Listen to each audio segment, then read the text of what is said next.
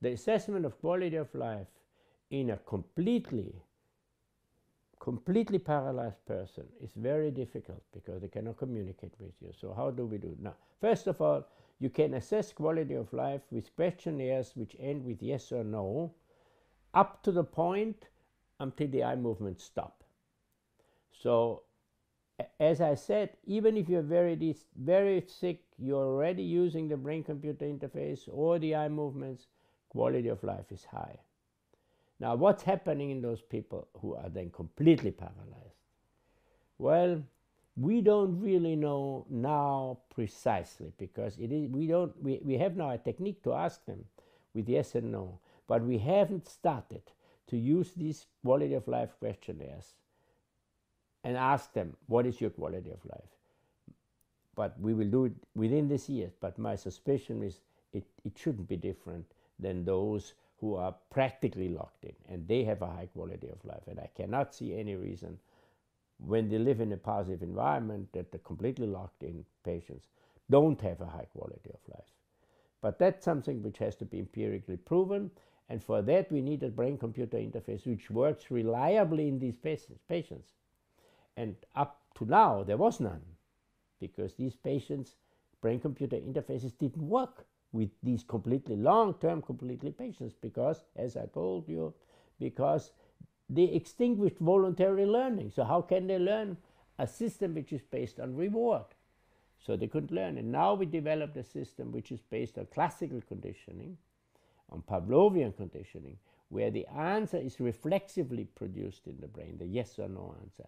And with that system, I hope in the very near future we can then also ask them about their quality of life. And I bet it's not bad. So the question, of course, is, if you're already using a BCI in a locked-in state and you can spell numbers with your brain activity, can you transfer this capacity, this skill, can you transfer this in the completely locked-in state? Logically, you would think yes, because if you have a system of communication with the brain directly, communication never ends, and that means that there's no extinction process taking place in the completely locked-in state. Now, the reason why I cannot answer your question and answer this question is because all patients we had, and we have them for many, many years, we have to follow them and we have to help them until they die. All these patients who were using a BCI for a long period of time never came into the completely locked-in state.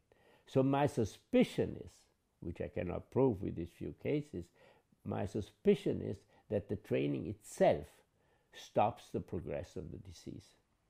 And so our hope that we can have a patient who is progressing, and then takes the system with him into the completely locked-in state was so far never fulfilled.